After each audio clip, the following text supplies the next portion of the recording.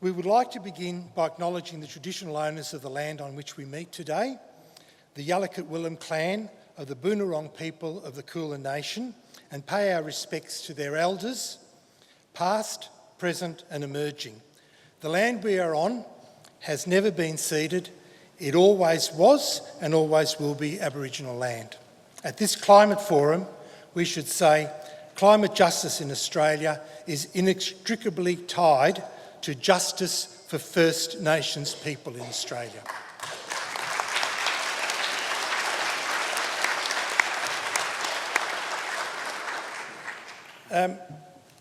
Rose. So, I'm Rose, I'm from GECAN, and of course you just heard from Peter from PECAN, and we're delighted to be able to welcome you here tonight to an important discussion about our future.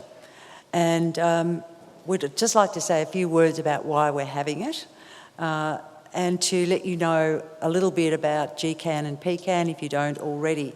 Our groups are very active in the municipalities of Port Phillip and Glenara, and they're the council areas that take up the electorate of Macnamara, so it makes good sense. And we're here because we are people who are very concerned, and groups that are very concerned about the climate emergency that we face, increasingly and ever more alarmingly. And we really want to keep this at the forefront of this election campaign, and I think your attendance here tonight adds to the weight of the urgency and the concern that's out there. And we want to let the candidates know what the community concerns are and what their expectations are from the person they're going to elect in Macnamara. Peter's really passionate about the importance of community engagement around climate and their accountability of their representatives. Thanks, Rose. So I just want to add one sentence. This forum involves us as members of civil society questioning candidates about what they can and will do if elected as our representative. And then finally, I think we're there. Yep. It's my very great pleasure to have met recently our moderator for tonight's forum in Jo Chandler. And it's very kind of her to have moved away from her comfort zone, which is pretty vast anyway, and she's been in some pretty hot zones.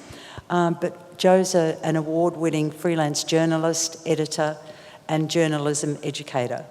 And her focus is on explanatory, boots-on-the-ground reporting, exploring a diverse range of issues, including the science and impacts of global heating.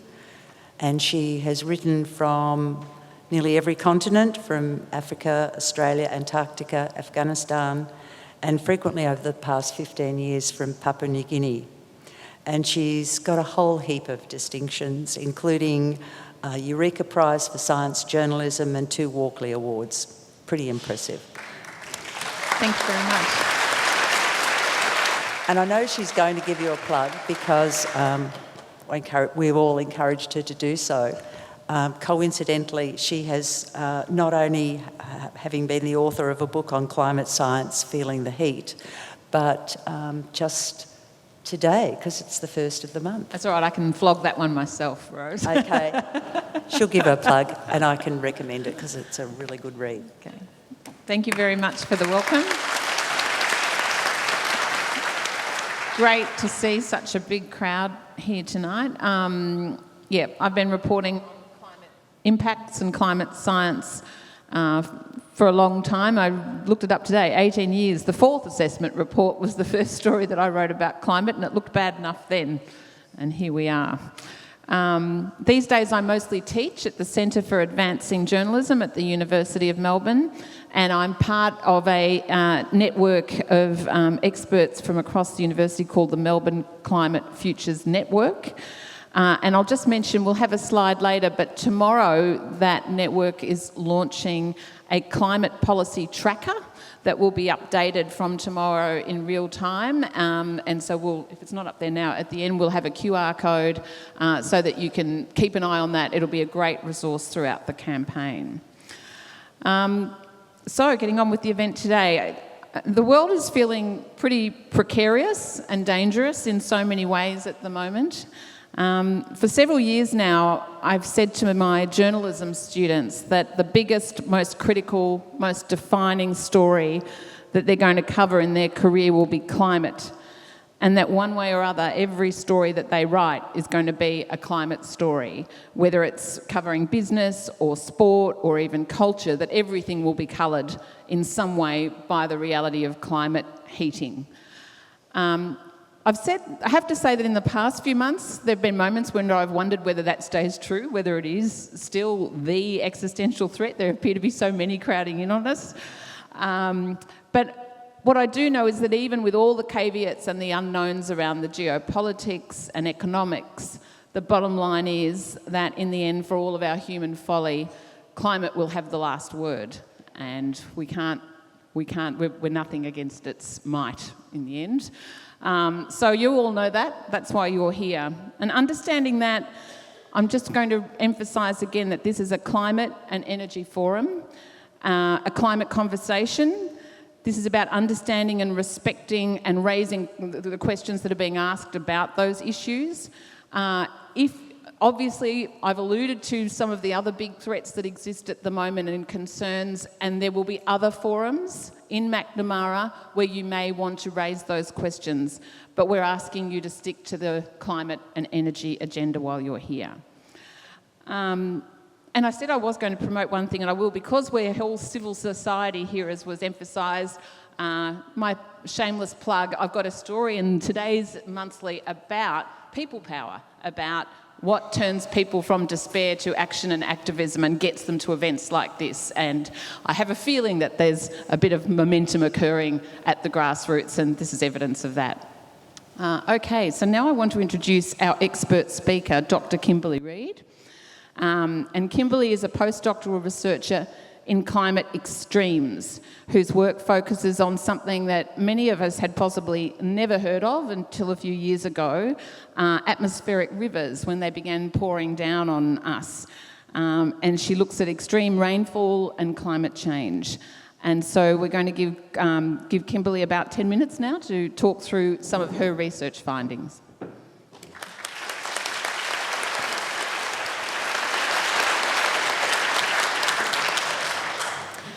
Good evening, and thank you for having me at this wonderful event. I'm Dr. Kimberley Reid, and I'm a climate scientist at the University of Melbourne. I completed my PhD in 2022, and my thesis was on atmospheric rivers in Australia, which is what this picture shows. Atmospheric rivers are long, narrow bands of enhanced water vapour transport that can cause heavy rainfall and flooding. A single atmospheric river can transport the equivalent amount of water as the Amazon River. You may recall 2022 was one of the wettest years on record for parts of Eastern Australia. And it was Victoria's wettest spring on record. Because of my research, and as quite a young scientist, I was asked to give evidence on the extreme rainfall to both the New South Wales and Victorian government inquiries into these floods. And I was thrown into the media spotlight, where I'm frequently asked to explain all things weather and climate. I'm a strong believer in making science accessible to everyone, especially when the weather and climate affects us all. Last year was the warmest year globally in 175 years of observational records. And 2024 was the first calendar year to exceed 1.5 degrees warming.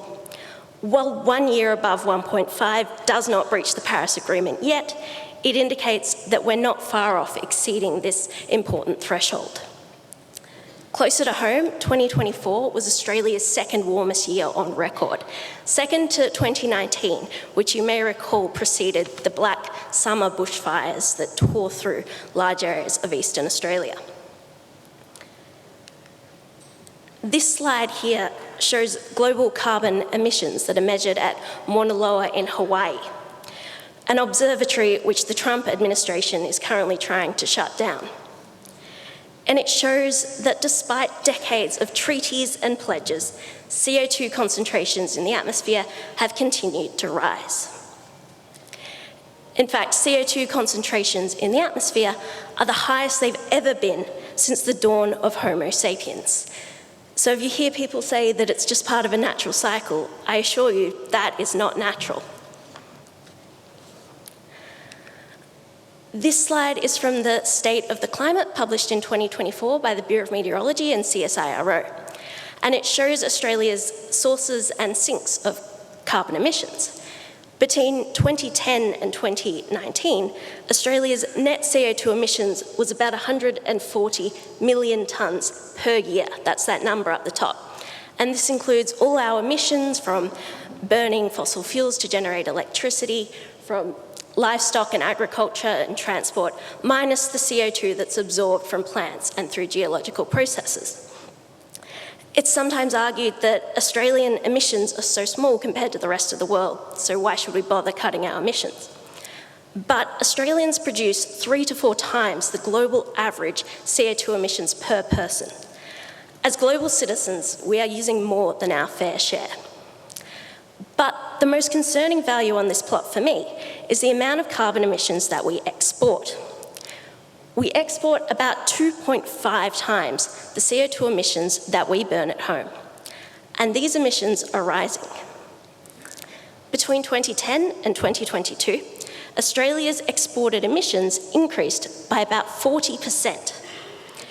Despite the 2022 climate change bill enshrining net zero by 2050 in Australian law, current policies still allow for fossil fuel exports beyond 2050. And the thing about the laws of physics is that they don't care for political borders. The planet will continue to warm if we keep digging up coal, oil and gas and burning it, regardless of where it is burned. We will not stay below 2 degrees of warming if we continue exporting vast amounts of fossil fuels. In fact, current global policies put us on track for about 2.7 degrees warming by 2100. And if every country behaved like Australia, we would be on track for closer to 3 degrees warming by the end of the century. With 3 degrees of warming, the Great Barrier Reef will be dead within my lifetime. Melbourne and Sydney will regularly experience 50-degree summer days. With 3 degrees of warming, global sea levels may rise by up to 1 metre by 2100, putting 250,000 Australian properties at risk of inundation. Low-lying regions of Macnamara, like along the Elwood Canal, St Kilda Marina and Foreshore, and Port Melbourne Foreshore, could experience regular coastal flooding by the end of this century.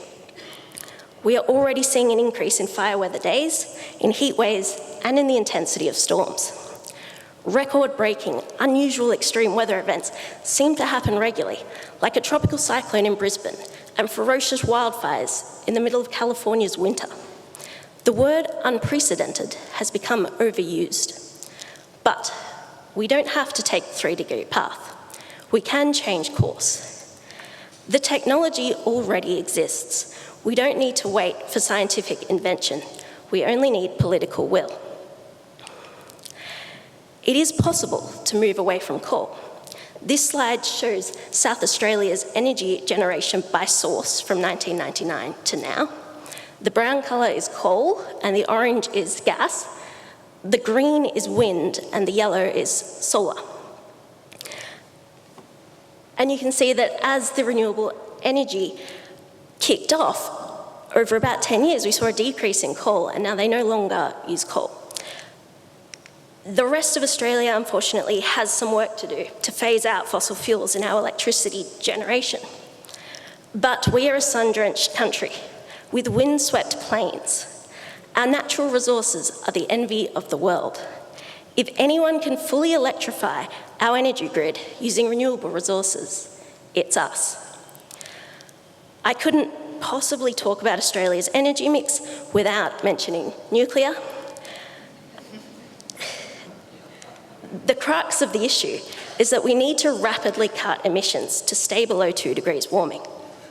Whether a policy is nuclear or gas or dragons breathing fire, if the policy still allows for the burning of fossil fuels beyond 2050, including fossil fuels that are shipped and burnt elsewhere, then that policy is not compatible with staying below 2 degrees warming. Try to remember that when we are bombarded with advertisements and rhetoric during the election. While we often focus on energy, we must not forget that 70% of our carbon emissions come from other sources, such as transport and agriculture. Staying below 2 or even 3 degrees of warming will require a total transformation of our society. But this should not be viewed as a chore. This is an opportunity to revolutionise our nation. Internal combustion engines and fossil fuels have served us for the past 200 years, just as horse-drawn carts served civilizations prior. It is now time for us to make a leap towards humanity's next epoch. And yes, it will cost money. But if you think the cost of transitioning to net zero is high, the cost of not transitioning to net zero is even higher.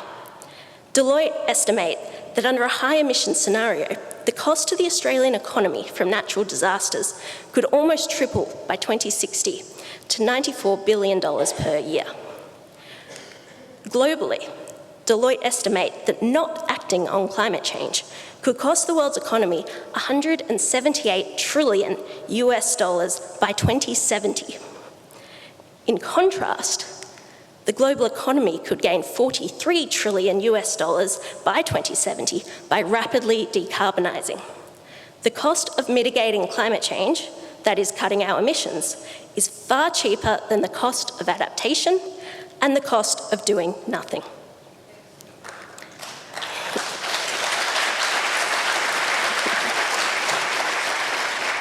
Thank you. I want to leave you with this slide from the IPCC showing the warming from 1900 to present and the possible future scenarios depending on the choices we make now. It's important to remember that there are children alive today who will still be alive in 2100, and most of them aren't old enough to vote yet. But they will bear the consequences of the decisions made by us who can vote in May. I'm often asked, what can ordinary people do about climate change? And there's two things I tell people. One, vote, and two, talk. Talk to your friends and family who may be less informed about climate change, and talk to your politicians and tell them what policies you want to see. Thank you.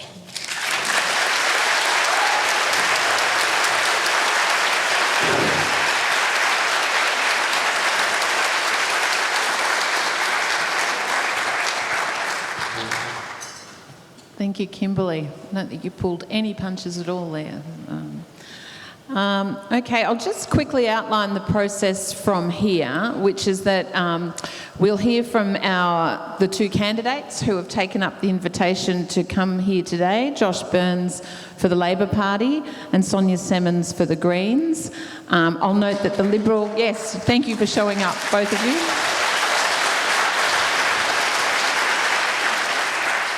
And I will note that the Liberal candidate was also invited and declined the invitation to attend. And the process now is that each of the candidates, having been through a very scientific process to determine who will speak first, the coin toss went to Sonya. So she'll have 7 minutes to talk to you, and she'll probably do that from the podium, I think. And then Josh will have 7 minutes. And then we'll begin a Q&A. I'll kick that off with a couple of questions, and then we'll go to the floor. And I'll turn over now. Our first speaker is Sonya Semmens, the Greens candidate.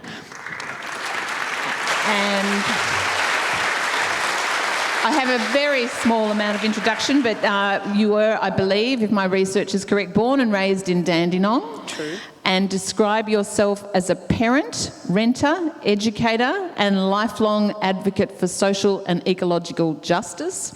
And Sonya has spent 2 decades working in the not-for-profit sector and previously stood for the Greens in Higgins in 2022. So over to you, Sonya. Thank you, Jo. R.I.P. Higgins. All right. I'd also like to acknowledge the traditional owners of the land that we're on, the Yalukit Willem clan of the Boon Wurrung and Bunurong people of the Kulin Nation. I found it interesting driving here tonight. Maybe you noticed it too. There's the faint whiff of smoke in the air again today and the haze in the sky. And it reminded me of that ghastly week back in 2020 when our cities were absolutely shrouded in smoke. Do you remember that week? And I remember it was so thick you could look straight at the sun, and it was that angry orange orb. I was working at that time on Collins Street in the city, and so I caught the tram home down Collins Street, the number 12, and it runs straight past my children's primary school. And so I hopped off the tram and picked up my kids at school, and we walked across the road, shut the door against the smoke, and my daughter said to me, she was about 9 at the time, and she said to me, "Mum, can you come up to my room to talk?" And when you're a 9-year-old girl, that means mostly you want to get away from your brother, but it also means you've got something very serious you want to say. So she took me up the stairs, she sat me down on her bed and closed the door, and she said that she'd heard somewhere that 50-degree days were going to be the new normal, and she was scared. She's scared because she gets a little bit rashy in the heat, and she had friends with asthma who weren't coming to school at that time. And I said to her that amazing parenty thing that we all say, I said, "Don't worry, the adults are onto it." And I gave her a hug, and she hugged me back, and as I looked at her face, I just knew this kid does not believe me.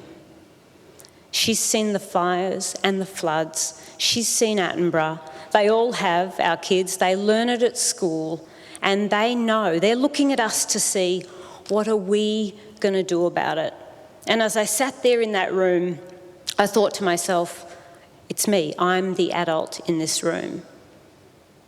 And when, I was so excited 3 years ago, we were all the adults in the room when we kicked out "I don't hold a hose, mate," and we brought in a new, exciting Labor government, and we voted for strong climate action. I was so proud of us, and I was proud of the small part that I played over in neighbouring Higgins. So 3 years later, I'm genuinely surprised, and I'm actually really quite sad that we find ourselves here again today and we're still not on track to meet our climate targets. In fact, emissions are higher today than they were under the Morrison government. Labor have approved 28 or expanded 28 new coal and gas projects since they came to power. Our environment laws are worse too than they were under Morrison. Literally, the koala is at risk of extinction on the East Coast. I saw awful footage on Instagram of the Great Koala National Park yesterday, which was pretty horrendous. Every year, we venture further and further into uncharted territory. Last year was the hottest on record, with unprecedented fires in LA, which we remember, the typhoons in the Philippines, cyclones, hurricanes, floods across Italy, Brazil and Pakistan, as well as, of course, in Queensland again and on the coast of New South Wales once again. I can still hear the words of, you might remember them too, in fact it was a few years ago now, one of the COPs passed, the United Nations Secretary General, Antonio Guterres, who said, "We're heading toward an unlivable world with," and I quote, "an atlas of human suffering." After 3 years of a majority Labor government, with a majority Progressive Senate eager to pass the most progressive climate legislation in the world, like we had in 2012, we're still careering off a climate cliff.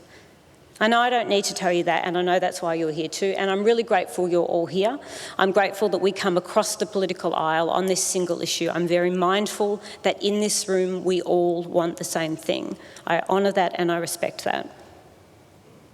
These 3 years for me, though, have been a bit of a wake-up call, that we can't keep doing what we've been doing and expect a different outcome. We can't keep voting for the same two parties and expecting a different result.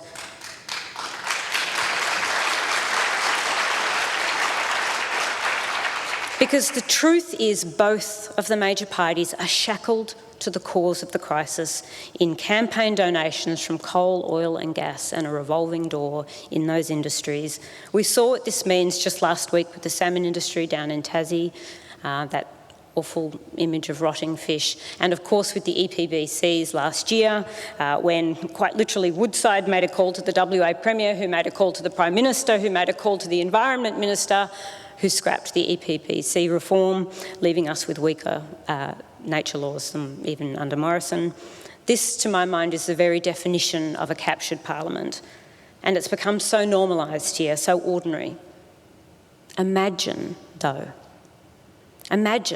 instead of funding and subsidising fossil fuel corporations, like the government did in the recent budget to the tune of $4.9 million, imagine instead of subsidising this, we taxed it, like Norway does. Imagine we had a sovereign wealth fund of $1 trillion, like they do, to pay for the services we need. Imagine we were meeting our global obligations on carbon targets so that we could hold our heads high when we meet with our Pacific neighbours. The shame I feel. Imagine we became a renewable energy superpower selling sunshine and wind to the world. Imagine that clean, green and gold economy. That's the future we've come to fight for here today. So I want you to know this. I'm going to agree with everything that Josh says about renewables. I do. I love it. I congratulate Labor on the renewables policies they've achieved this electoral cycle. I can't wait to work alongside them to bring more success to Australia's global role in renewables, but we can't stop there. We must stop approving new coal and gas. We must break the fossil fuel stranglehold on our parliament. We can't put out the fire. We can't put out the fire while pouring petrol on it. Thank you so much for coming.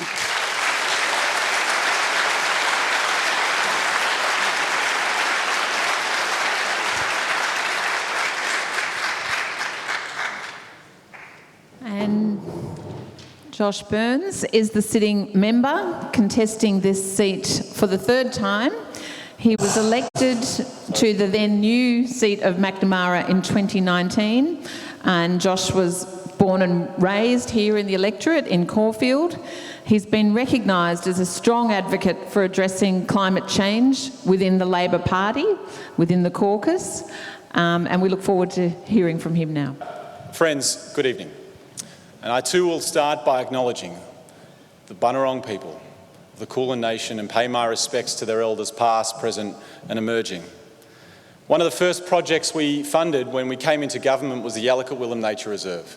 Now, what a fantastic contribution and tribute to the traditional owners of our community. A place that is now growing with Indigenous plants, that has endangered wildlife. The growling grass frog is growing in Elwood, which is pretty extraordinary. And it is a tribute to the sort of place that once was in our community. But we have a bigger job as well.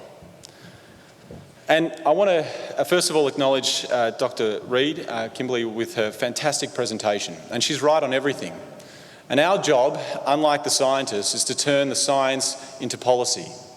Now, our job is to turn the facts that Kimberley so articulately presented and bring the country with us and try and develop policies that actually make a difference.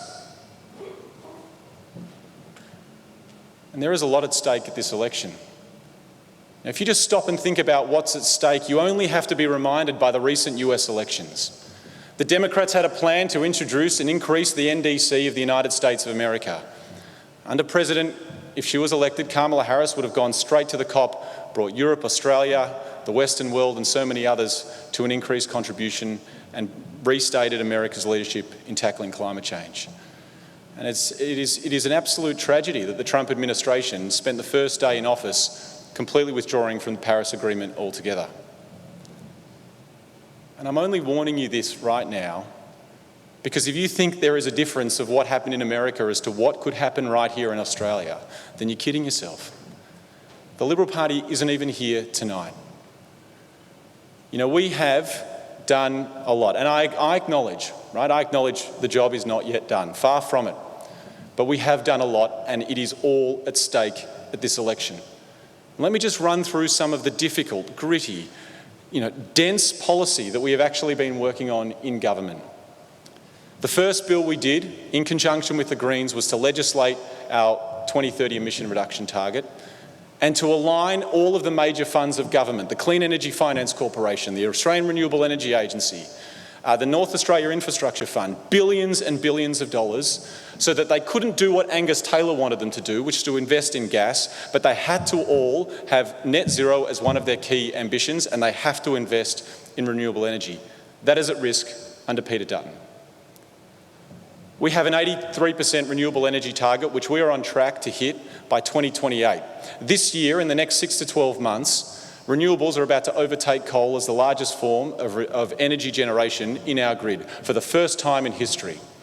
And in the next 12 months, renewables are going to go over half the electricity generation in our grid. That is at risk under Peter Dutton. We have invested $22.7 billion into the future made in Australia, trying to develop the new industries that are going to grow and power our communities right around the country. That is at risk under Peter Dutton. There's a theme here. The safeguard mechanism requiring all of our large emitters to bring down their emissions by 5% annually, again negotiated with the crossbench and the Greens. That is at risk under Peter Dutton.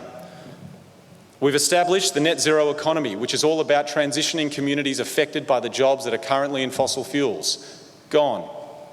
Now, we have a bid with the Pacific Island nations to host the COP here in Australia. Peter Dutton this week said that he doesn't want to do that. We have introduced fuel efficiency standards for vehicles.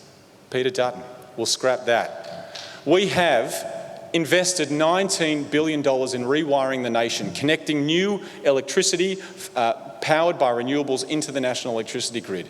He wants to kill that as well. You know, when you look at how big the task that we have here in our economy, you know, it's not just that we can't just have these conversations here in Macnamara, we have to have them in the Hunter as well. Now, we have to have them in the communities that are affected by the things that we are talking about right now. And if we don't bring the country with us, if we don't build a sense of popular and social licence to actually enforce the policies that I've gone through, the Greens don't have a chance to amend them because they're all gone. And if you don't believe me, then look at what they're telling you they're going to do. You know, this election under Peter Dutton, he doesn't want to use environmental law that exists and reform it. He wants to completely bypass it to approve the North West Shelf gas project in WA. He wants to bring and spend $600 billion for nuclear energy in this country to use and create 4% of our national electricity capacity. All nuclear energy is a fig leaf and an extension of coal-fired power in this country. It is nothing more. And it is going to cost an absolute fortune. It makes no economic sense. So I would say to you tonight, you know, of course we have more to do. Of course, you know, as a Labor Party and as someone who takes the representation of this community extremely seriously, I feel this. You know, I feel this and I feel the sense of responsibility, and every single person in government knows that Macnamara stands for climate action, that I stand for climate action. But if we lose this election, it is all off the table. We have done a lot to turn this ship around. And I look around the room and many of you have sat in my office and we've had cups of tea and digested and dissected the policies that we've brought forward. But friends, the job is not yet done. In fact, we are just getting started. Do not risk it. Do not throw away and return back to the 10 years of the Morrison, Turnbull, Abbott government. We're just getting started, and let's continue the job. Thank you very much.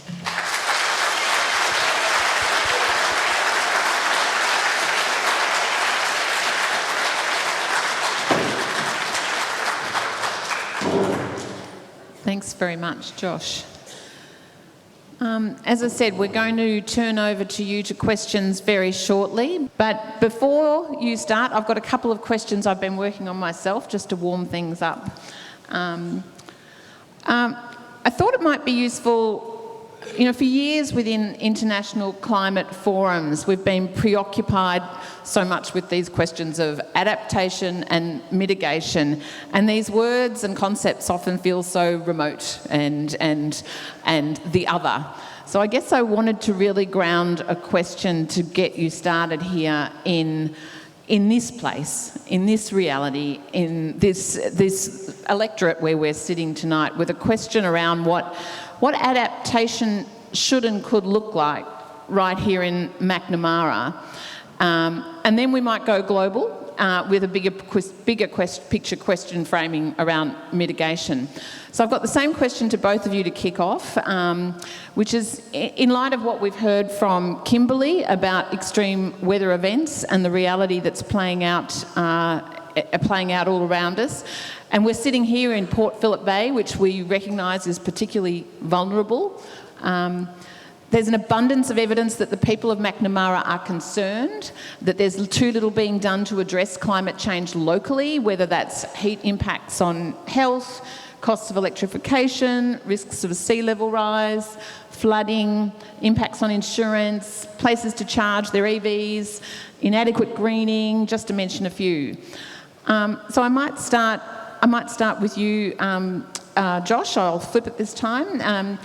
What actions are you and your party taking to adapt to the violent extremes that are already locked into the climate system?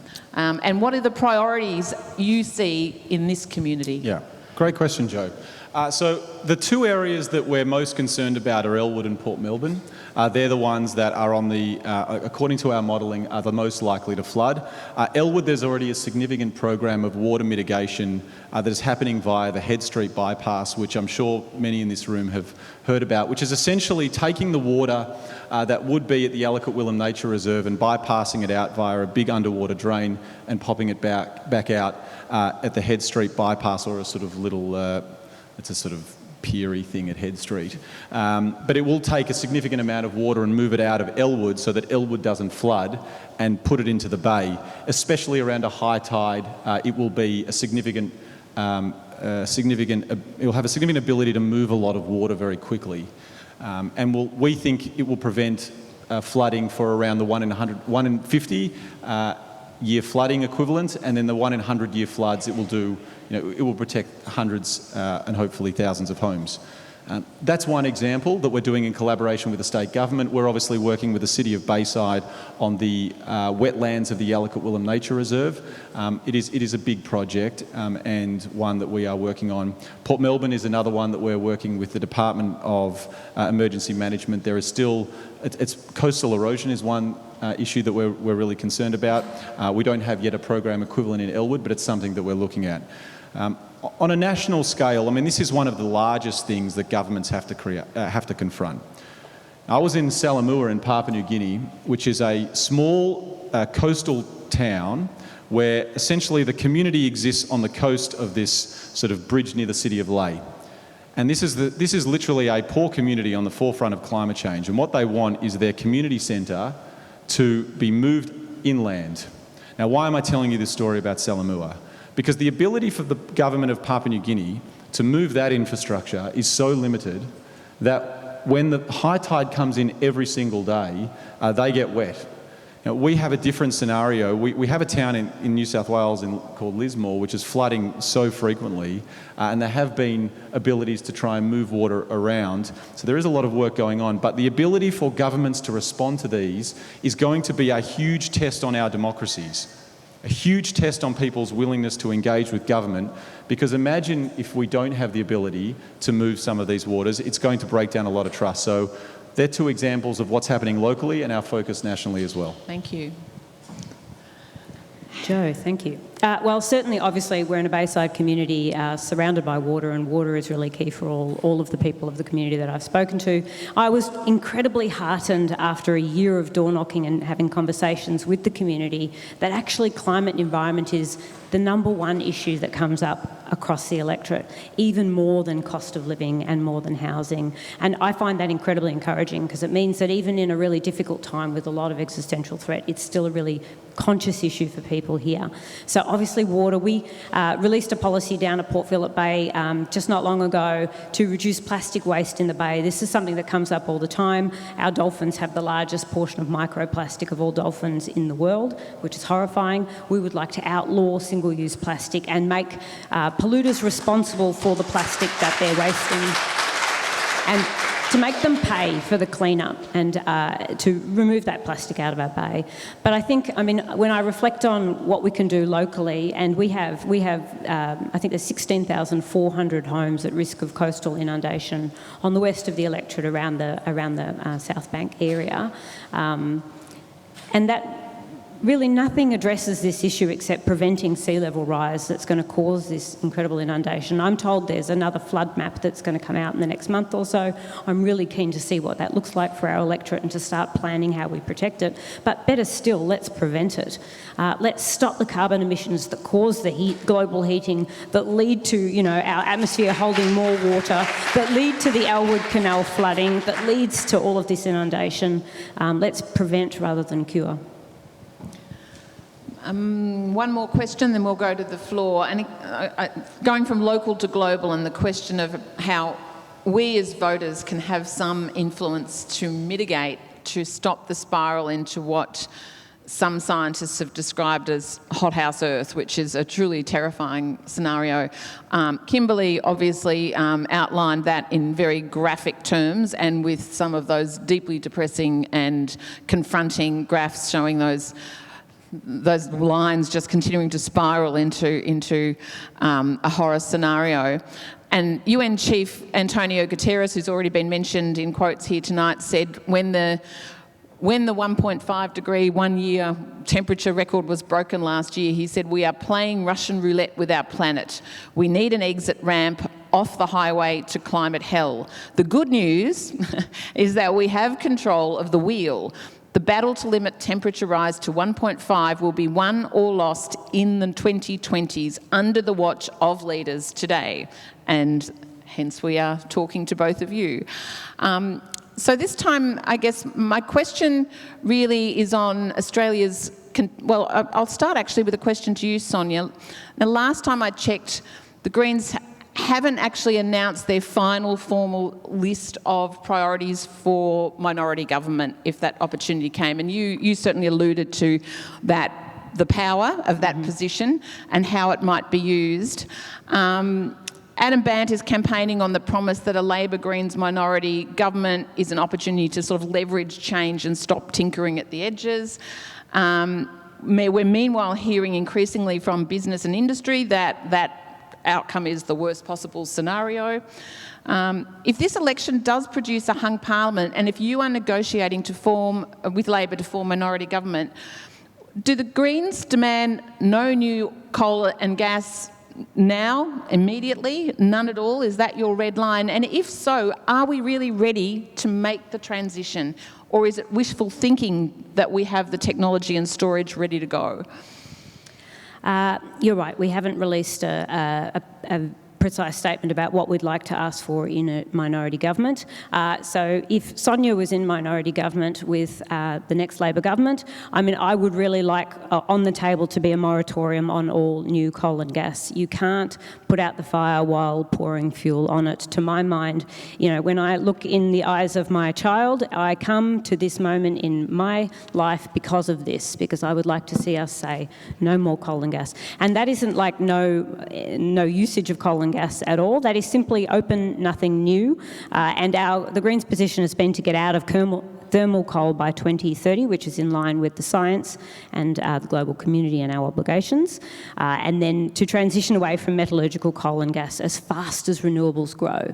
So I think what's really important to say is that we have things we can do to say no further harm, and especially in Australia, as you know, we have some projects which are absolute carbon bombs that continue to be approved and expanded, the Beetaloo, the Northwest Shelf, all of these places that will shunt our Earth toward global heating at a rate that I don't want our generation on my watch, me as a parent to my child, to be responsible for. And so no further approval of coal and gas would be certainly top of my list. Yep.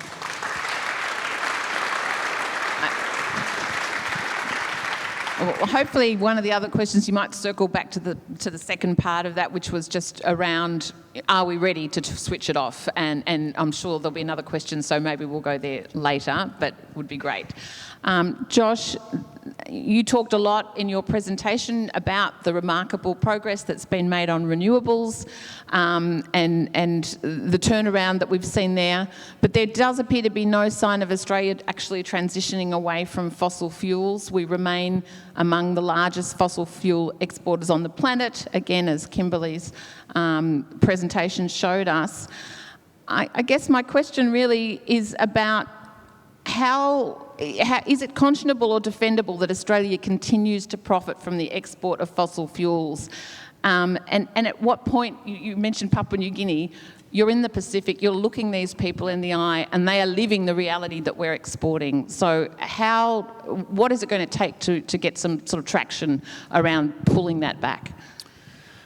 Great question, Jo. I mean, we have to sort out our own economy first. We use over 50% of our electricity for coal right now. In order to make steel and aluminium, we use metallurgical coal. In order to create, in order to create concrete and fertilizer, we use gas. In order to produce a lot of the materials that we use fossil fuels. We need to actually transition our own economy in order to be able to help others. We haven't yet finished that job. Now, we're talking about an entire country's worth of reliance on old fossil fuels.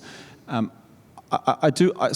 I think in terms of, making the economic case of being able to move away from gas, for example, we actually are trying to build an industry from scratch. Green hydrogen doesn't exist in terms of an economic or industrial scale that we need. We are investing billions of dollars. We're partnering with Denmark, with Germany. We were with the United States. It's a little bit precarious at the moment. But we are looking to build up an industry from scratch in order to replace the use of gas to produce all of these materials that we need. Without steel, we don't have wind turbines. Without all of these materials, we don't have the products that we need in order to transition the economy. So, of course I wish we could click our fingers, right? Of course I do. But we actually need to work through this methodically. And I also just want to make one quick point. I absolutely acknowledge that we need to transition away from fossil fuels. Of course we do, right? That's why we're all in this room. I also think it's worthwhile pointing out the actual facts of what we have done in terms of approvals.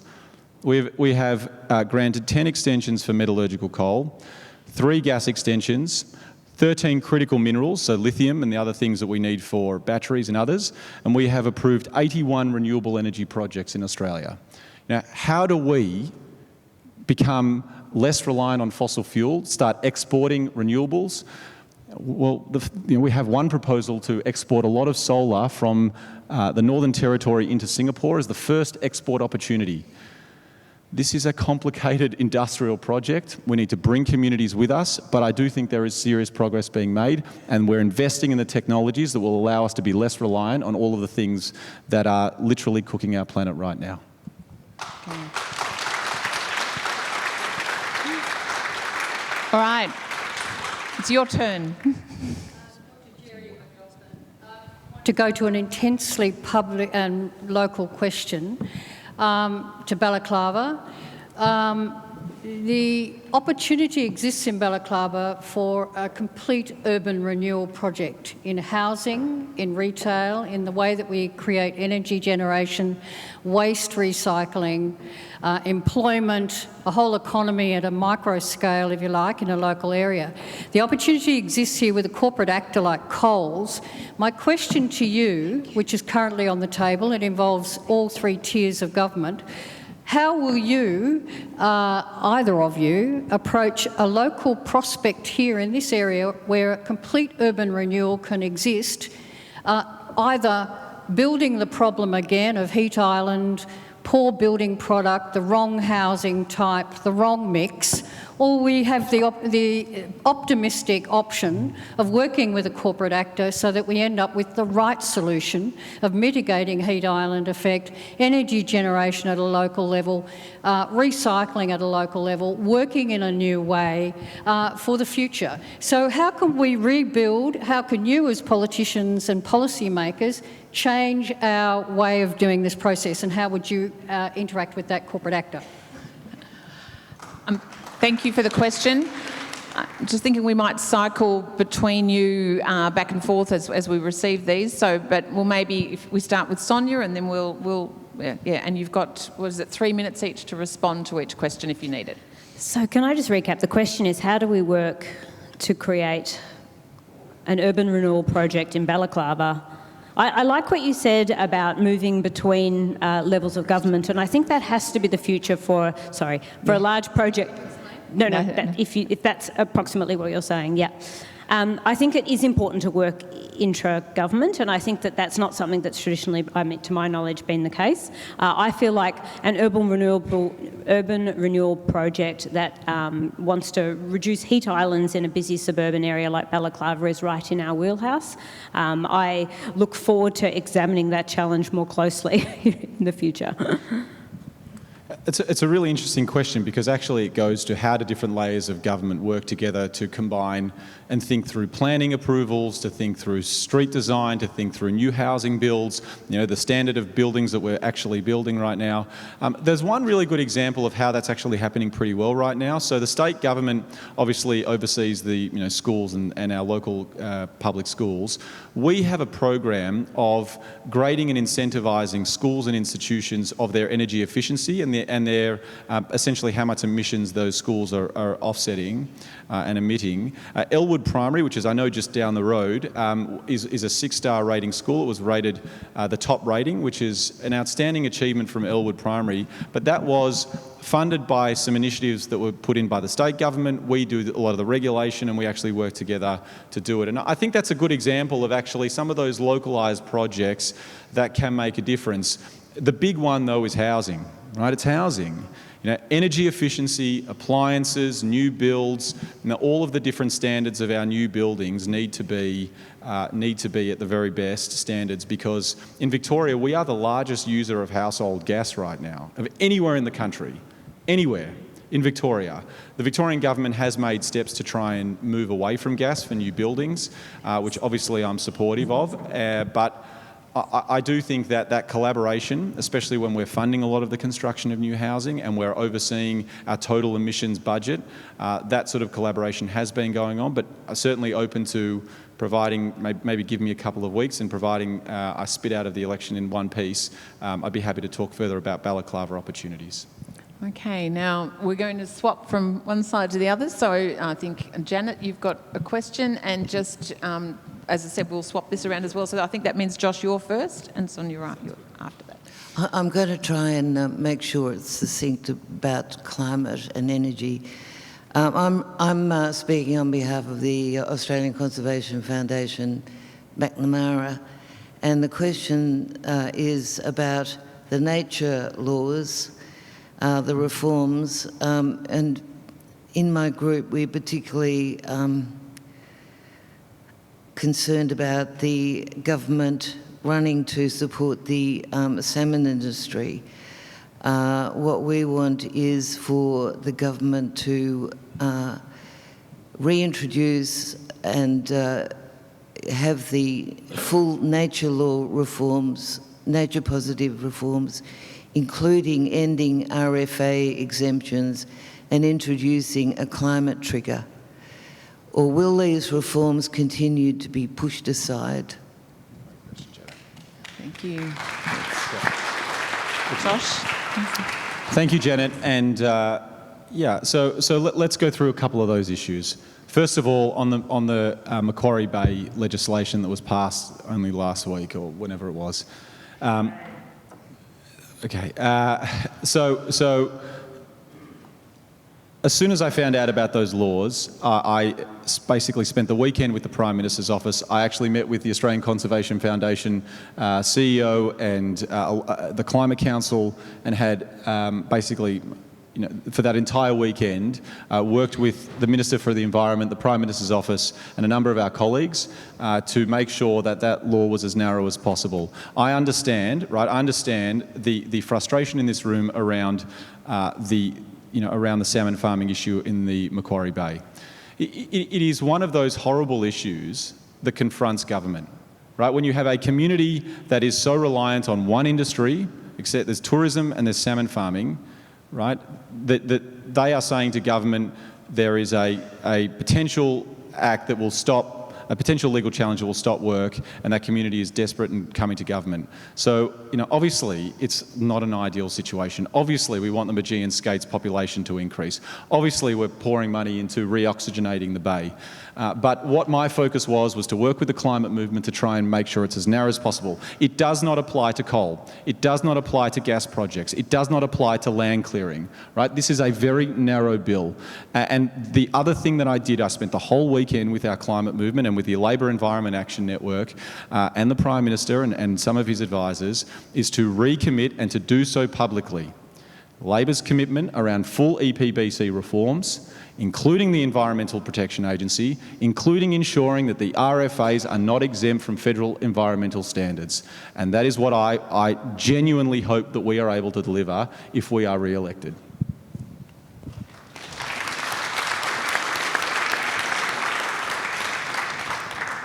I think this is a perfect example of priorities and who has the loudest voice in the parliament. And I think the point of the Greens has always been to say that the environment and nature needs to take centre stage in the parliament once again, against business interests and against the interests of multinational and large corporations like this.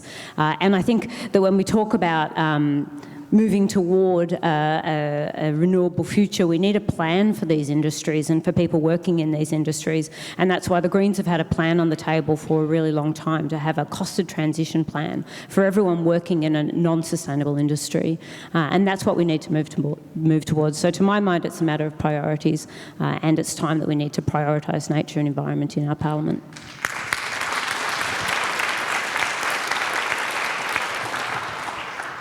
Thank you. We've got a question over here, and this time we'll swap it again. And so Sonya and then Josh. My question is directed a little more directly to Josh, so I'm not sure who wants to answer it first. Josh, 5 years ago you sat in with children at Ripponlea Primary School calling for the coalition government to stop approving new fossil fuel projects and to commit to 100% renewables by 2020. In fact, the photo of that day is on your desk and I've seen it in Zoom calls. I don't know if you've really absorbed what Dr. Reid was saying or if it's too quick to be able to absorb it straight away, but she has said that South Australia has transitioned to renewables and you're saying it's going to take a lot of time. And we've seen the last 3 years, too much time wasted. Since forming government, Labor has approved 28 coal and gas projects, emissions have increased and Australians have suffered through extreme weather events, as Sonya touched on. Question is, when is the Labor Party going to stop pandering to big business and listen to the majority of Australians who want science-based climate policy?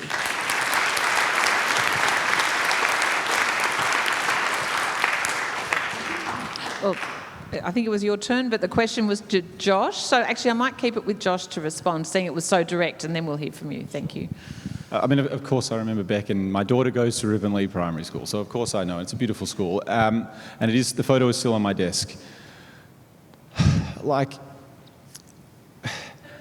I do find this sort of, like all or nothing thing sort of, like, of course I want to get to 100% renewables, right? Of course I do, right? Of course.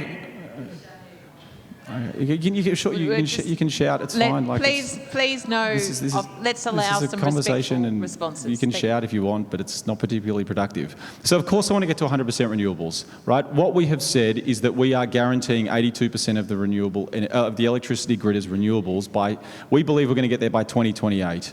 Right? What we have had to do is turn around huge industrial projects. We're talking about offshore wind zones outside the coast. We're talking about $19 billion worth of transmission lines that communities right here in Victoria and others are pushing back against because of how complicated and how much they say are channeling through communities.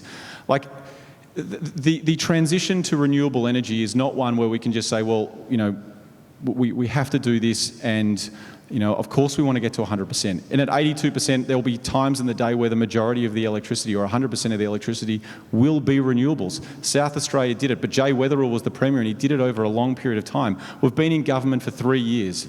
And we also have a far more reliant grid than South Australia. We have a much bigger industrial requirements, and we are needing more electricity as we electrify more things. So of course, Beck, of course I want to be able to get to 100% renewables. And will I stop until we have 100% renewables? Of course not. But I do think that when you look at this from an industrial point of view, when you look at the economic indicators that we have actually sent to big business, wind companies are the ones who have come into my office requesting that we have faster environmental approvals, not fossil fuel companies. I don't meet with fossil fuel companies. We need to reform it, but we also have provided the incentives in order to move this at a rapid rate, and we are doing that. And I'm proud of that work, and we are going to keep going if we are in government for another 3 years.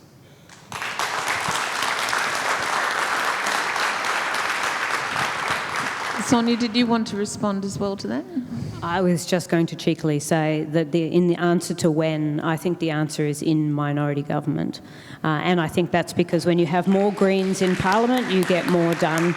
I wanted to say that Labor's targets still have us on track for over 2 degrees of warming, well over 2 degrees of warming. And as we know, of course, the Liberals' target is over 3 degrees, and that's a diabolical reality. So the power of a minority government with more Greens in the Parliament is that you have more opportunity for action on climate.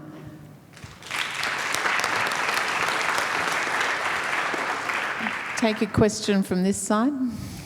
So as we probably all know, Woodside is currently trying to develop a massive new gas field on top of Scott Reef off Western Australia. If it proceeds, it would be the largest new gas field in the country. Do you support the project proceeding? And if not, what are you going to do to stop it? Thank you. Very short, sharp, direct question, and we'll try and get back to the back and forth. So, Sonya, if you'd like to go first. I do not support the expansion or approval of any new coal and gas. Yeah, no. So no, we rescind support. So that project is currently before the Environment Minister's office. That project has been with Tanya Plibersek, I think, for about 5 weeks, and she's asked for an extension to the 31st of May. I am a representative in government, and so we cannot predetermine decisions, because the best example is when Scott Morrison tried to approve the PEP 11 and it ended up in court, or to try to block PEP 11, and the proponents of those projects actually challenged it in court. I'm not saying this to obfuscate, I'm saying this because there are laws that are actually in place, and I'm a representative of the Australian government here in this room. So, on broad principle, should we be doing what Peter Dutton is doing, which is saying by passing EPBC laws and fast-tracking the approval of that project? Of course not. It's deeply irresponsible and subject to serious legal challenges. We need to adhere to the law, and we also need to strengthen the law as well. Thanks for the question. And can I just quickly add, and so not necessarily about this project, but others in the future, what would you do in your power to stop it? So, the way that we strengthen environmental approvals is to strengthen the Environmental Protection Biodiversity Act. We need greater environmental standards. We've also said that First Nations voices need to be given greater consideration as part of environmental decision making.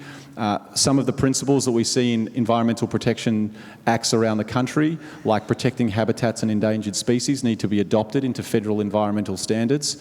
These are all principles that I fully support and want to see legislated in Canberra. So what am I going to do to support it? I'm going to try and get elected and be a part of a government that will actually introduce those laws into Parliament and pass them in Australia. Thank you.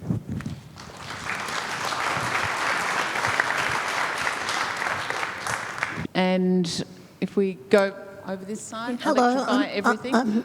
I'm Catherine. I'm a Glen Ira community member. One of the actions recommended in the Climate Risk Assessment Report 2022 by the Office of National Intelligence commissioned by the Albanese government.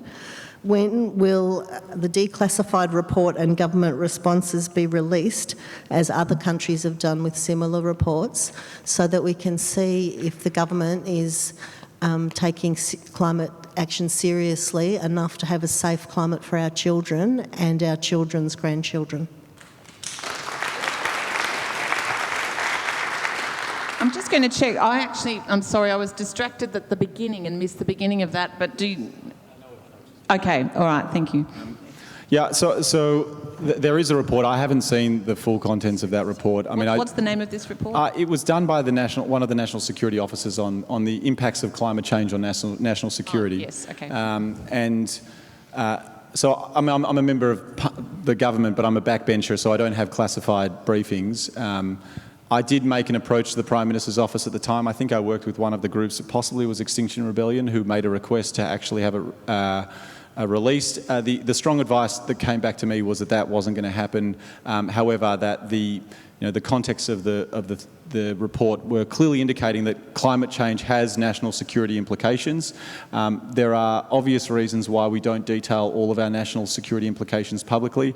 I don't know the full extent of it, but I did try and ask for it to be released, but it obviously was, had of a serious nature that there were things that didn't want to be released publicly. I will say this, though, as a final point, is that, clearly climate change has a national security implication. Chris Bowen, who's the Minister for Climate Change, sits on the National Security Committee of Cabinet, and there are obvious implications around threats to democracy, impacts on communities, trust in government, those sorts of things. Also, the way in which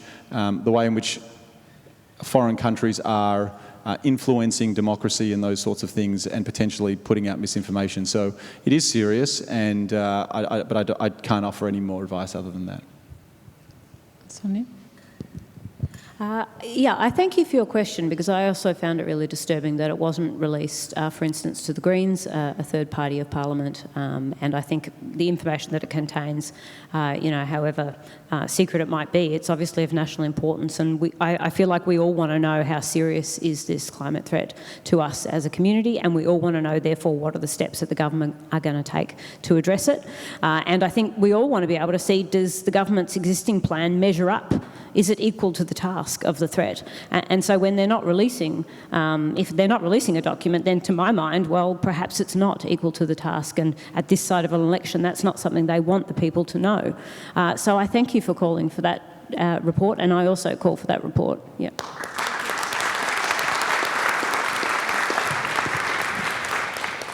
Thank you.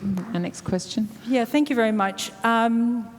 You had us at hello, Josh, when you told us the reasons we don't want a Dutton government in terms of climate change and the impacts on the environment. But in this electorate, we're not actually, I don't think most of the people in this room would be seriously thinking about voting for the coalition candidate. But even if they were, you probably convinced them. So really for us, the question is to choose between voting for yourself or voting for the Greens candidate, and whether or not we would end up with better action on climate change, depending on whether there was a Greens person who was negotiating with the government, or yourself, as you just reminded us, a backbencher. Now, you probably don't remember, but 6 years ago at this very forum, I met you then and I said, well, I think you'll probably end up winning, Mr. Burns, but if you do, will you make an undertaking that you will prosecute the case that you so eloquently put on that stage for climate change, to be addressed? Will you do that? So what I'm asking you now, Mr. Burns, is what in the last 3 years in government have you personally done to prosecute that case? And given how dismal a lot of the record of the Albanese government has been on climate change, people are feeling very disappointed. Would you care to speculate on why you haven't been more successful?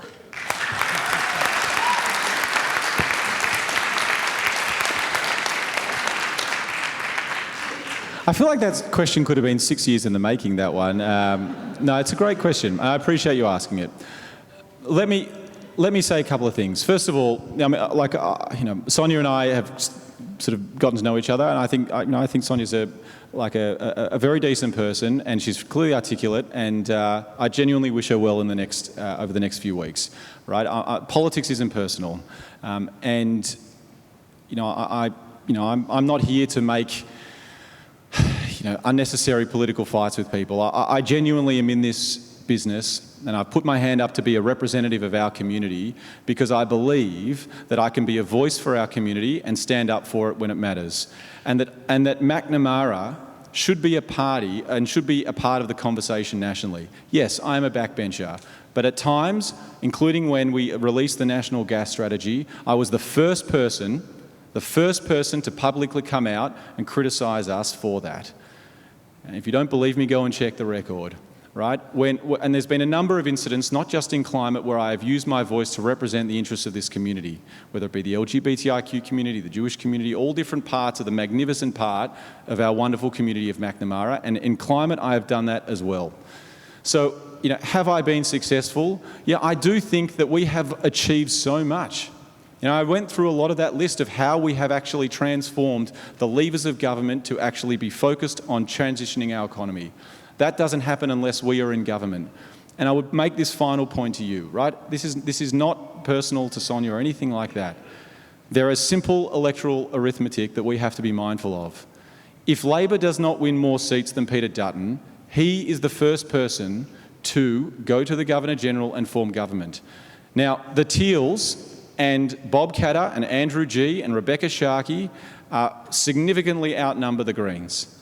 Right? Don't think for a second that it is only going to be up to the Greens in this election to determine who gets to be the Prime Minister. We need to win more seats than the Liberal Party. That is the game here. If we don't do that, all of the things I've mentioned are in jeopardy. So what am I going to do? I'm going to try and stop that from happening.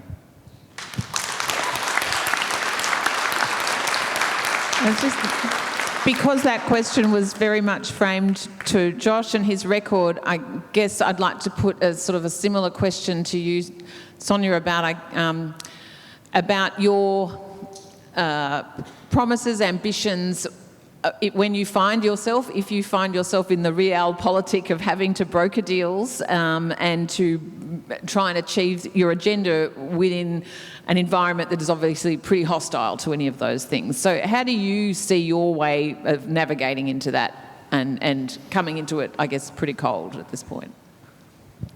I'd like to start by saying I take heart from recent polls that suggest that Dutton would need to win around 25 seats, and that is, while he will make some gains, that seems pretty unlikely, and that the percentage likelihood of him forming government is actually very low. And in fact, as we know, all the polls suggest that a much higher likelihood, in fact one poll had it at 98% and others similarly very high, is of a minority government.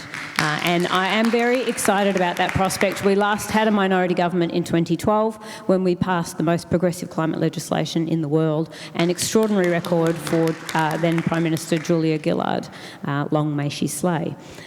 So if, to my mind, I have a slight point of difference as well on the idea that politics isn't personal. Actually, to me, it is really personal. And I think Josh and I, we do have a good relationship. We have a good relationship with all the candidates, as we should. But politics is very personal to me. My child won't watch Attenborough anymore, so she doesn't have to grieve what she never knew. And I find that utterly heartbreaking as a person and a parent.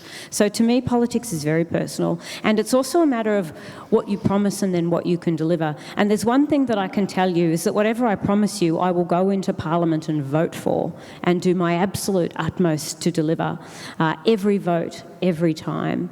There are promises that have been made and broken, such as, the EPBC laws. The reform of the EPBC laws was a promise that Labor brought to the last election, and then we've seen what's happened with that. When you have Greens in balance of power in the Senate, even with a majority Labor government in the lower house, even just having Greens in balance of power in the Senate, we've been able to secure the safeguard mechanism, which we negotiated with the Labor government, which ensured that emissions can't grow under that offset scheme, so that real emissions never go up. And that meant that around half of the coal and gas projects that were on the table, remember there was like 117 or so that were on the table, and around half of those projects are now economically unviable. And that is simply with balance of power in the Senate, whose only job is to pass or block bills. And through shrewd negotiation, they were able to secure that safeguard mechanism, which is an extraordinary mechanism and very important, and potentially halves carbon emissions then from those projects.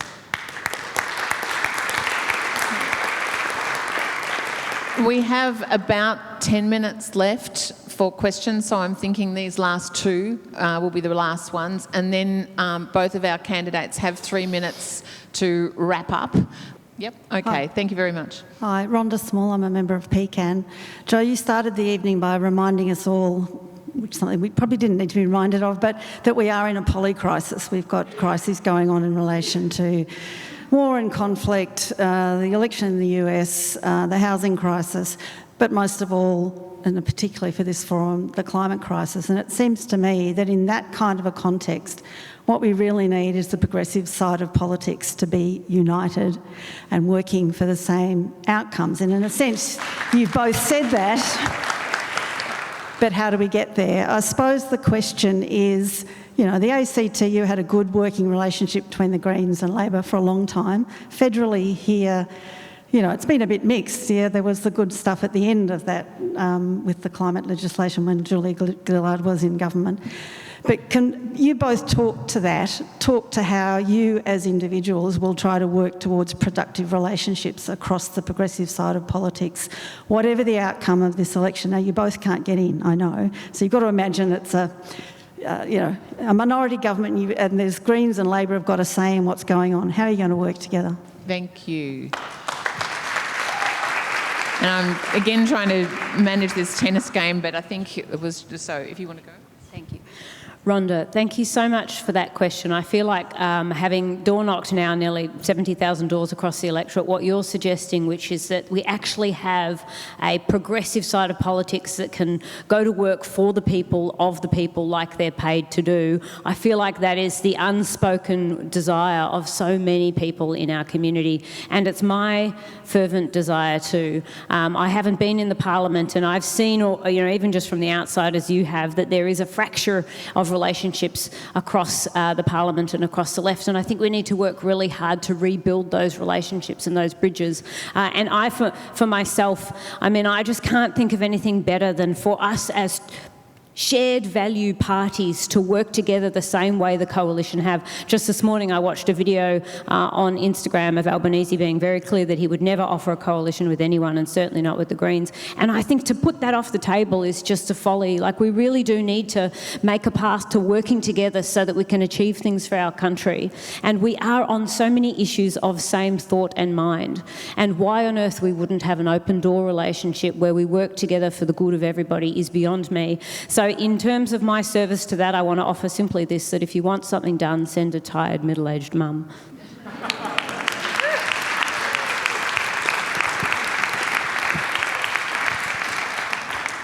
Where's Rhonda? Where have you gone? Oh, there you are. Rhonda, it's a great question.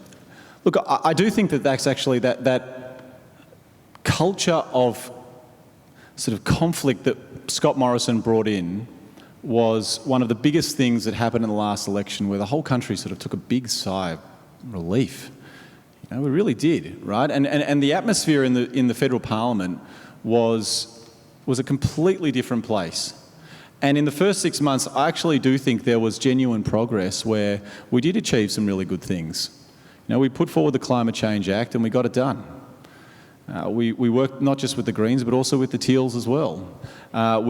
We did introduce the safeguard mechanism. It is a really, really powerful piece of policy that, you know, I don't want to say puts a price on carbon, but it puts a monetary value on the largest emitters in our country. It's a very, very good indication of what Labor governments can do. And the Greens have had the balance of power. And of course, like, let's be honest here, right? The Greens have done some things where they've worked with us, and we have got some great things done. Like, I voted for the EPA. It was stalled in the Senate. You know, it was stalled over a number of occasions. We had housing legislation that was stalled. The Greens, as is their democratic right, made the decision to use the balance of power, which they have at the moment, to stall or block some of our legislation. And that is their democratic right. But I do think that when we are focused on the policy, and I'm not here to quabble and squibble, and I don't know their words, but I'm not here to fight with the progressive side of politics. I'm here to get things done. That's why I joined the Labor Party. That's why I go through some of the more challenging parts of politics, is to get things done and to know that I did my bit. And I'll work with anyone across the Parliament in order to try and get outcomes. And I really hope that after this election, we take another big sigh of relief, we collect ourselves, and we go back to our work and get things done for our community. Thanks, Rhonda. And Our last question from the floor. Hi, thank you. My name's Vince. Josh, I listened to your answer to the couple of questions ago, but I did want to give you one last chance. Can you give us any examples of how Labor's climate policies are superior to the Greens' climate policies? That's a really simple question. And to Sonya, I wanted to ask, do you think climate action in Australia is helped, hindered or unaffected by the fact we have elections every 3 years? Thank you, Vince. I mean, Vince, it's a great question. And the obvious answer is that, of course, the Greens are going to come up with policies that are further to the Labor Party. Of course they are, right? That's, as a progressive party, you would expect nothing less. Our difficult job that we have in government is if we commit to something, we have to actually deliver it. You know, we actually have to deliver the policies that we commit to.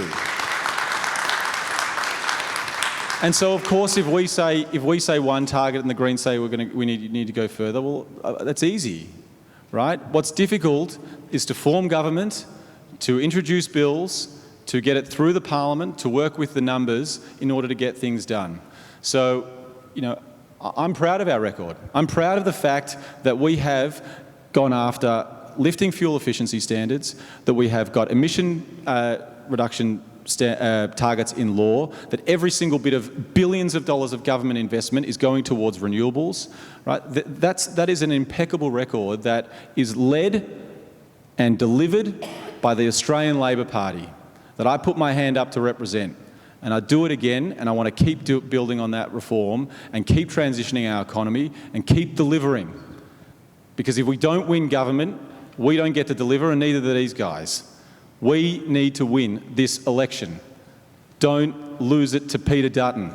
And that's what I'm focused on, my friend. Thank you for the question.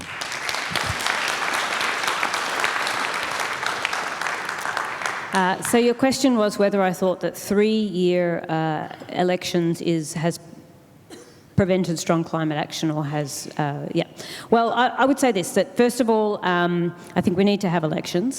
Second of all, I think our preference might be for a 4-year fixed term. But thirdly, I would say that what you're really getting at is that climate action has been so politicised in this country in a way that it hasn't been politicised in other countries, and what is behind that. And I don't believe it's got anything to do with 3-year terms, and I think it has everything to do with a captured parliament where donations are made by the fossil fuel sector directly into the parliament. When I learned that this was happening, and I may be naive, but I was shocked. I was absolutely shocked that you could have an electoral system that took money from lobby groups and from interests who were seeking outcomes from that very parliament. So the Greens would like to, as you know, outlaw donations from all of those vested interests so that what we get from our parliament is actual representation for the people and good outcomes for us, especially, critically especially, in these final few years that we have left to act. You know, the 2020 to 2030 window was the critical year on climate, and we sit here halfway through twiddling our thumbs without having had a meaningful reduction in carbon emissions, and in fact they're worse than they were 3 years ago. We cannot go on like this. I cannot more forcefully say how important it is that we break the stranglehold of fossil fuel with our parliament so that we can have action on this issue. Our survival depends on it. No hyperbole at all.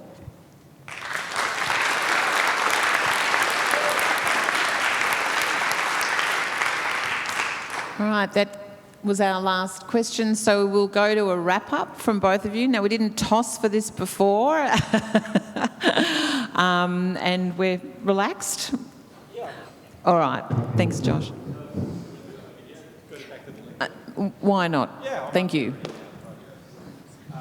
Well, Joe, thank you so much for moderating, to PECAN, to Dr. Reid for organising the event, and for everyone for coming tonight. I really appreciate it, and of course to Sonya for being so courteous and for debating so respectfully and thoughtfully. Congratulations. Sonya and I will have to spend quite a bit of time together over the next month, but thank you for doing tonight in such a courteous and the right way I think politics should be debated. Yeah, I think that's right. Friends, you know, government is hard. Government is hard.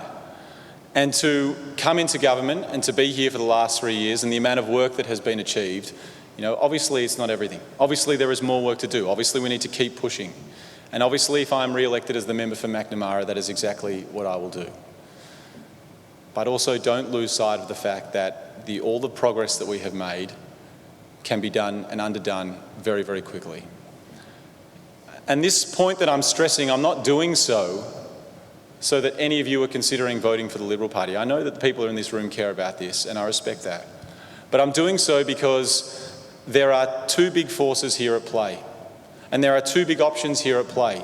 Either we have climate policy and either we have a government who is willing to facilitate it, or we don't. You know, either we have an ability to deliver environmental reform and a focus and investment in renewables, or we are going to be confronted with, as Peter Dutton said, flooding the system with gas. $600 billion for nuclear energy. They're not even talking about it. It's our job to talk about it because they don't want to. You know, we have a choice at this election. Do we continue to build? Our emissions are actually at 28% below our 2005 levels. They are lower than the Morrison government. And we need to keep going.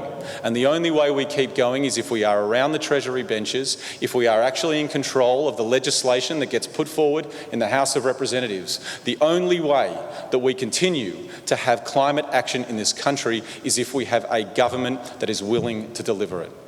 And I promise you this, as the member for Macnamara, I will always push to do more. I will always push our party to deliver.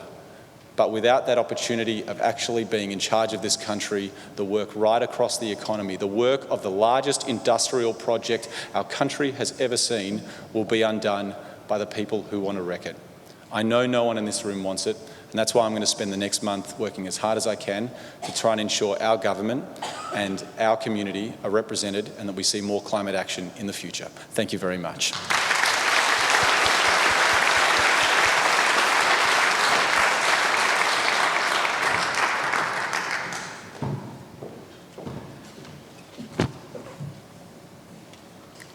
You might not have woken up this morning thinking that you have a part to play in the future of this country and in our survival.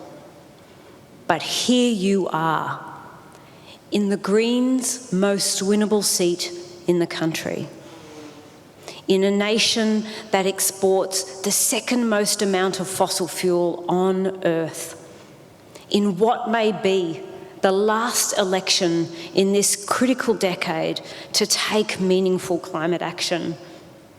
And I'm asking you, don't miss this chance. Don't miss your moment to play your part. Send a voice to Parliament who will be a voice for our climate, for our future, to push Labor to do more, to be someone who will vote with our values every time on the floor of the Parliament where it counts. And if you want to do this and this is the future you want, don't just vote Green. Get loud in your community. Tell your neighbours. Put one of those yellow signs on the fence. Put my call flute on the fence. I've got them in the boot. See me later. And above all, let me go home to my children tonight. Let me climb the stairs to my daughter's room once again and look her in the eye and say, don't worry.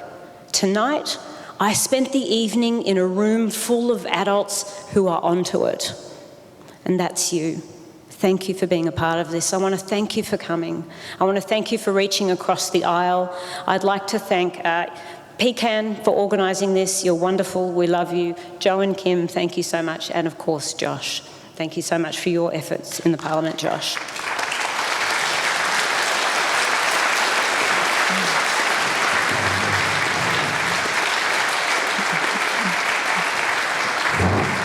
Thank you very much to everyone in the audience. I think the thing that strikes me listening to you both over the last hour and a half or thereabouts has been what I've heard here that I don't hear on RN in the morning and I don't hear on Insiders on a Saturday, which is kind of a recognition of the stakes. You know, from both of you, this sense of we're actually having the conversation and we're recognising the stakes. It's not the game, or at least it didn't feel like it some of the time. So thank you for your honesty, thank you for your rawness, thank you for your courtesy, and thank you all for your questions and your attendance here tonight. Thank you.